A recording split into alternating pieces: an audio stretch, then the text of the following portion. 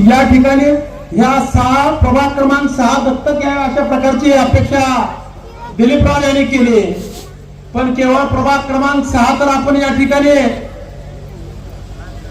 दत्तक घेऊच, पण जिथं जिथं आपल्या उमेदवाराचा पराजय झाला या मोहोळ शहरातल्या प्रत्येक प्रभागाचं काम या ठिकाणी तिथला नगरसेवक म्हणून आम्ही या ठिकाणी करण्याचा प्रयत्न करू आणि या मोहोळ शहराला विकासाच्या दृष्टिकोनातून पुढे घेऊन जावं अशा प्रकारचं या ठिकाणी आपल्याला आश्वस्त करतो। आता हे आपलं गाव आहे आणि आपलाच कारभार चालणार। डॉक्टर सलीम हारनमारे यांनी प्रस्तावना करत असताना सांगितलं, मला एक आठवलं, हारनमारे गुरुजी यांच्या घरासमोर एक कचरा कुंडी ठेवली होती आणि ती कचरा कुंडी काढण्यासाठी ग्रामसेवक मोहोळच्या ग्रामसेवक यांच्याकडे ते गेले होते आणि मोहोळच्या त्यावेळेच्या ग्रामसेवकाने त्यांना सांगितलं की तुम्हाला अनगरला जावं लागेल आणि अनगरवरून फोन आल्यानंतर तुमची कचरा कुंडी हलवलीच आहे। आता मी तुम्हाला सगळ्यांना सांगतो, आता अनगरला कुणाला जावं लागणार नाही, आपलं गाव आणि आपलाच कारभार असणार आहे। त्यामुळं कुठलंही काम सांगायला कुठलंही काम घेऊन अनगरला जाण्याची आवश्यकता नाही, आपल्या मोहोळ शहराचंच काम आपल्या मोहोळ शहरामध्ये झालं पाहिजे अशा प्रकारचं काम नगरपालिकेच्या माध्यमातून सर्व हे नगराध्यक्ष 8 नगरसेवक केल्याशिवाय स्वस्त बसणार नाही। त्यामुळे कुणीही चिंता करण्याची आवश्यकता नाही, आपल्या गावातलं काम आपणच या ठिकाणी करू। आम्ही या ठिकाणी जाहीरनामा करत असताना जाहीरनाम्याच्या माध्यमातून काही गोष्टी या ठिकाणी मांडण्याचा प्रयत्न केला। या मोहोळ शहरामध्ये अनेक वर्ष झालं कुठल्याही प्रकारचा विकास निधी या ठिकाणी येऊ दिला गेला नाही। मागील 4 वर्षामध्ये प्रशासक असताना माजी आमदार यशवंत माने व माजी आमदार राजन पाटील यांनी तिथल्या मोहोळ शहराचा निधी पळवून नेला आणि अनगरमध्ये कामं करण्याचा प्रयत्न केला। गेल्या 30 वर्ष झालं त्यांच्या हातामध्ये सत्ता असताना अनगरमध्ये काम करू शकले नाही आणि आपल्या मोहोळ शहराचा निधी ओढून नेण्याचं त्यांनी काम केलं आणि मागील 4 वर्षामध्ये या मोहोळ शहराचा विकास ठप्प करण्याचं काम केलं। मी तुम्हाला आवर्जून या ठिकाणी सांगतो, आता आपल्या हातामध्ये सत्ता तुम्ही या खऱ्या अर्थाने दिलेली आहे आणि या मोहोळ शहरातला मुख्य रस्ता असेल, या मोहोळ शहरातल्या गल्लीबोळातले रस्ते असतील, या मोहोळ शहराच्या पाणी पुरवठ्याचा प्रश्न असेल, या मोहोळ शहराच्या स्वच्छतेचा प्रश्न असेल, या मोहोळ शहरातल्या महिलांच्या हाताला काम देण्याचा प्रश्न असेल, या मोहोळ शहरातल्या तरुणाला क्रीडा संकुलन करण्याचा प्रश्न असेल, या मोहोळ शहरामध्ये उपजिल्हा रुग्णालय चालू करण्याचा प्रश्न असेल, या मोहोळ शहरातल्या एसटी बस डेपोचा प्रश्न असेल, या सगळ्या प्रश्नाची सोडवणूक आता तुमचा आशीर्वाद मिळाल्यामुळे येणाऱ्या काळामध्ये होणार आहे। कुठल्या ज्योतिषांना सांगण्याची आवश्यकता नाही, हे मोहोळ शहर अतिशय चांगल्या पद्धतीनं विकासात्मक या ठिकाणी केलं जाईल आणि मोहोळ शहराचं नाव ज्या पद्धतीनं सिद्धी वस्त्रे आपल्या वयाच्या 22व्या वर्षी नगराध्यक्ष झाले आणि नगराध्यक्ष झाल्यानंतर आमचा मुंबईला सत्कार ठेवला होता। एकनाथ शिंदे साहेब होते, राज्यातले जवळजवळ 60 ते 65 नगराध्यक्ष होते, अनेक आमदार होते, अनेक मंत्री होते, पण तुम्ही निवडून दिलेली सिद्धी वस्त्रे यांच्या बरोबर फोटो काढत असताना सगळ्यांनी खऱ्या अर्थानं सिद्धीताई बरोबर फोटो काढले, सगळ्या नगराध्यक्षांना फोटो काढले, अनेक आमदारांना फोटो काढले की मला ते पाहून इतका आनंद झाला की पहिल्यांदा निवडून दिल्यानंतर आपल्या मोहोळ शहराचं नाव संबंध महाराष्ट्रामध्ये झालं, कारण सिद्धीताई वस्त्रे यांच्या प्रकारचा उमेदवार भाजपच्या माध्यमातून राजन पाटील यांनी काढला, पण आम्ही उमेदवार कसला काढला, सर्वसामान्य कुटुंबातून पुढे आलेला, सर्वसामान्य कुटुंबाची जाण असणारा, या मोहोळ शहराच्या दळणगडीत त्यांचा वाटा असणारा, महिन्याला 7,000 रुपये पगारीवर काम करणारी सिद्धीताई वस्त्रे खऱ्या अर्थानं आपण उमेदवार काढला आणि तुमच्या जनतेचं खऱ्या अर्थानं मनापासून आभार व्यक्त केलं पाहिजे। याच्यासाठी आभार व्यक्त केलं पाहिजे। आता प्रभाकर देशमुख यांनी सांगितलं, भाजपनं धनशक्तीचा वापर केला, पण जनशक्तीच्या जोरावर आपल्याला सिद्धीताई वस्त्रेला आपण निवडून दिलं आणि या महाराष्ट्रामध्ये नाही तर या पश्चिम भारत देशामध्ये नाही तर या ठिकाणी आशिया खंडामध्ये सगळ्यात कमी वयाचे नगराध्यक्ष म्हणून आपल्या मोहोळचं या ठिकाणी नाव झालं, याचा मला खऱ्या अर्थानं सार्थ अभिमान।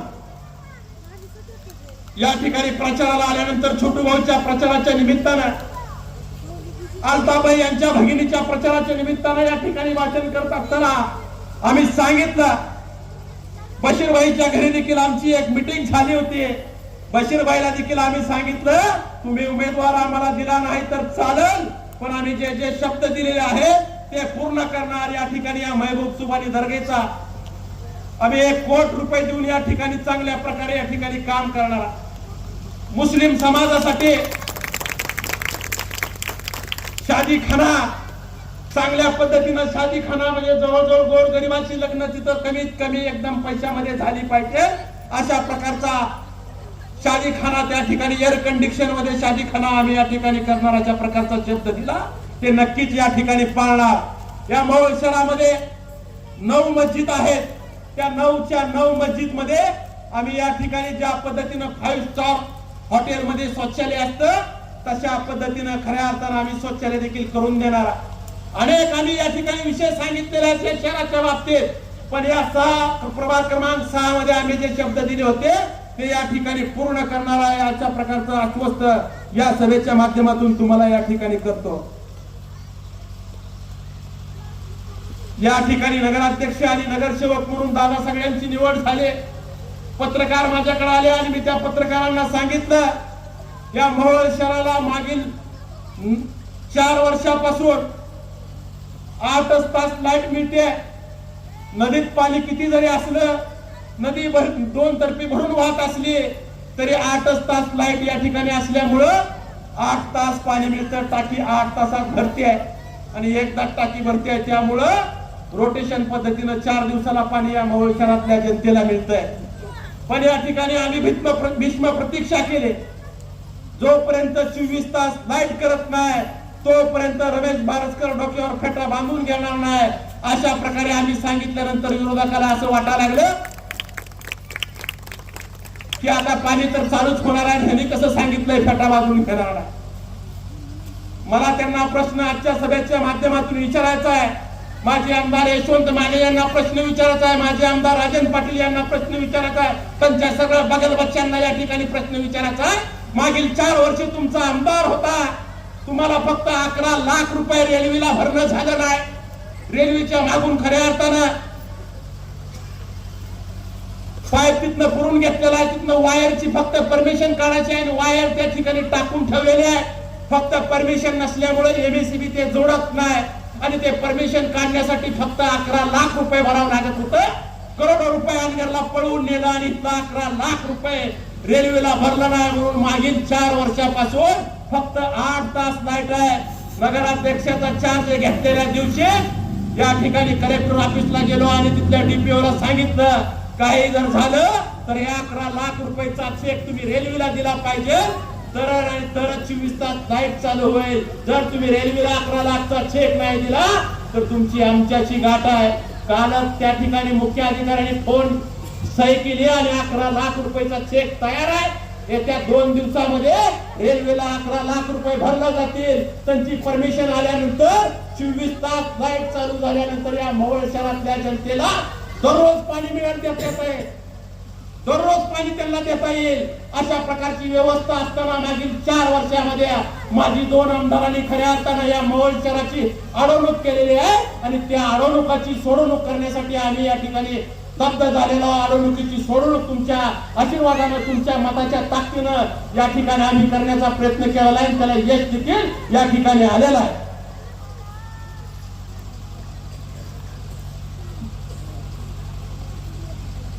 मला आवर्जून या ठिकाणी सांगायचं, काल दादा भाजपची सभा झाली. तिथले जिल्हा अध्यक्ष ज्या पद्धतीनं माजी आमदार राजन पाटील यांचे कार्यकर्ते भाषण करतात त्याच पद्धतीनं जसा जिल्हा अध्यक्ष असून जसा राजन पाटलाचाच कार्यकर्ता आहे अशा पद्धतीनं उमेश पाटील यांच्यावर एकेरी भाषेत त्या ठिकाणी बोलण्याचा प्रयत्न केला. सर्पे असे असणारा भाजप पक्ष, शेडजी भटजीचा असणारा भाजप पक्ष आज या ठिकाणी त्याचा जिल्हा अध्यक्ष एखाद्या कार्यकर्त्यासारखं भाषण करत आहे आणि ते भाषण ऐकल्यानंतर मला देखील मनापासून दुःख झालं. भाजप पक्ष आता कुठल्या दिशेनं चाललेला आहे. रियाजबाई यांनी सांगितलं, सोमेश क्षीरसागर यांनी शिंदेताई वस्ते यांच्या जातीच्या दाखल्यावर हरकत घेतली. मला सोमेश क्षीरसागरला याच्या माध्यमातून सांगायचं, ज्या वेळेला निवडणूक लागली होती त्यावेळेला छाननी असताना का आपण तक्रार केली नाही? मला आवर्जून तुम्हाला सांगायचं, ग्रामपंचायतची निवडणूक क्षीरसागर कुटुंबाने लढवली, पंचायत समितीची लढवली, जिल्हा परिषदची लढवली, विधानसभेची लढवली, लोकसभेची लढवली. आज देखील त्यांचा जात पडताळणीचा दाखला नसताना दुसऱ्यावर जात पडताळणी केलेली नाही म्हणून अशा प्रकारचा आरोप करणं नैराश्यातून खऱ्या अर्थानं पराभव झालेला आणि त्या पराभवाचं नैराश्य त्यांना सलत आहे आणि त्याच्या माध्यमातून खऱ्या अर्थानं सिद्धिताई वस्त्रे यांच्या जातीच्या दाखल्यावर हरकत घेतली. मला आवर्जून या ठिकाणी सांगायचं, त्यांचा जातीचा दाखला व्हॅलिडिटी झालेला ना आणि या ठिकाणी सिद्धिताई वस्त्रे यांच्या जातीच्या दाखल्यावर त्यांनी या ठिकाणी हरकत घेतलेली आहे. त्यांचे आजोबा या ठिकाणी ग्रामपंचायतचे सदस्य सरपंच म्हणून काम केलेलं आहे. सिद्धिताई वस्त्रे यांचे चुलते दीपक वस्त्रे हे नोकरीला आहेत आणि नोकरीच्या निमित्तानं त्यांना जात पडताळणीचा दाखला लागतो म्हणून त्यांना या ठिकाणी जात पडताळणीला दाखला दाखल केल्यानंतर जात पडताळणीला अडवणूक केल्यानंतर कोर्टानं आदेश केला की त्यांना जातीचा दाखला व्हॅलिडेट करून द्या आणि त्या कोर्टाच्या आदेशाप्रमाणे त्यांच्या सख्या चुलत्याचा जात पडताळणी झालेला असताना हे खोटं नाटक आरोप करून त्यांनी या ठिकाणी याच्या आधी देखील माजी आमदार यशवंत माने यांच्यावर आरोप केला होता. त्यांनी जातीचा दाखला बनावट केलेला आहे, त्यांच्यावर गुन्हा दाखल झाला पाहिजे अशा प्रकारे या क्षीरसागर कुटुंबानं सांगितलं होतं. त्याचं काय झालं? ती उत्तर द्या आणि मग दुसऱ्याच्या जातीवर हरकत घ्या. आणि ते स्वतः या मोहोळ शहरातला रहिवासी नसताना सुशील क्षीरसागरनं हरकत घेतली असती तर मी समजून घेऊ शकलो असतो. नागनाथ भाऊनं हरकत घेतली तर मी समजून घेऊ शकलो असतो. हा सोमेश क्षीरसागर आज देखील मतदार यादीमध्ये नरखेडमध्ये नाव असताना आमच्या मोहोळ शहराच्या नगराध्यक्षेबद्दल जातीबद्दल खोटी तक्रार करतो. त्यामुळं तुम्हाला कुठल्याही प्रकारचा अधिकार नाही. तुम्ही या शहरातला नागरिक नसताना, तुमचं मतदान या ठिकाणी नसताना आमच्या नगराध्यक्षाला बदनाम करण्याचं काम तुम्ही जर केला तर तुम्हाला या पुढील काळामध्ये तसं उत्तर दिलं जाईल. आणि एवढं या ठिकाणी सांगतो, तुम्ही कायदे पंडितात चाल, 5 वर्ष तुम्ही कोर्टाचे हेलपाटे घाला, 5 वर्ष आम्ही या मोहोळ शहरातल्या जनतेची सेवा करू अशा पद्धतीनं तुम्हाला या ठिकाणी सांगतोय. प्रभाग क्रमांक 3 ची निवडणूक उशिरा झाली, डी.आर. गायकवाड यांनी सांगितलं आणि प्रभाग क्रमांक 3 च्या निवडणुकीमध्ये 5 आमदार आले. एक रमेश कदम माजी आमदार, यशवंत माने, राम सातपुते, माजी आमदार राजन पाटील आणि विद्यमान आमदार सचिन कल्याण चिट्टी 5 आमदार प्रभाग क्रमांक 3 मध्ये आहेत. उमेश दादा समोर या ठिकाणी तांबड्या मातीवर भाषण करत असताना मी सांगितलं 5 आमदार रमेश बारसकरला पाडायला यायला लागले. रमेश बारसकरची पार्श्वभूमी तर काय आहे? काय पार्श्वभूमी रमेश बारसकरची? महिन्याला 300 रुपये पगारीवर काम करणारा, आमचा वडील गवत्या मारुतीच्या तालमीमध्ये वस्ताद म्हणून काम करणारा आणि मी स्वतः तालमीमध्ये या ठिकाणी आमचा टेलरचा व्यवसाय आणि टेलरच्या व्यवसायाच्या निमित्तानं एखादा ड्रेस शिवायला यावं तेव्हा आमच्या घरचं रेसलिंग भरलं जायचं. रेशनचा भात आणि डाळीची आमटी आमच्या घरी नेहमीच या ठिकाणी असायचं. आणि अशाच कार्यकर्त्याला पाडण्यासाठी एवढी गर्दी का या ठिकाणी झाले? अशा प्रकारचं आव्हान केल्यानंतर प्रभाग क्रमांक 3 च्या जनतेचं मनापासून या ठिकाणी आभार व्यक्त केलं पाहिजे, त्यांचं धन्यवाद व्यक्त केले पाहिजे. पुढच्या सगळ्याची डिपॉझिट जप्त करण्याचं काम प्रभाग क्रमांक 3 च्या जनतेने केलं.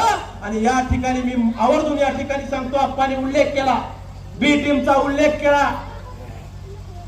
दीपक मेंबर यांना आम्ही आव्हान केलं होतं, आपण सगळीजण एकत्र बसू, उमेश दादा साक्षीदार आहेत, आपण अनगरकराला हरवायचं असेल तर आपण सगळे एक संघ येऊ आणि अनगरकराचा पराजय करू अशा प्रकारचं आव्हान केलेलं असताना त्यांनी आम्हाला कुठल्याही प्रकारचा प्रतिसाद दिला नाही. त्यांच्या स्वतःच्या बंधून कौशिकाच्या गायकवाडनं त्यांना फोन केला होता.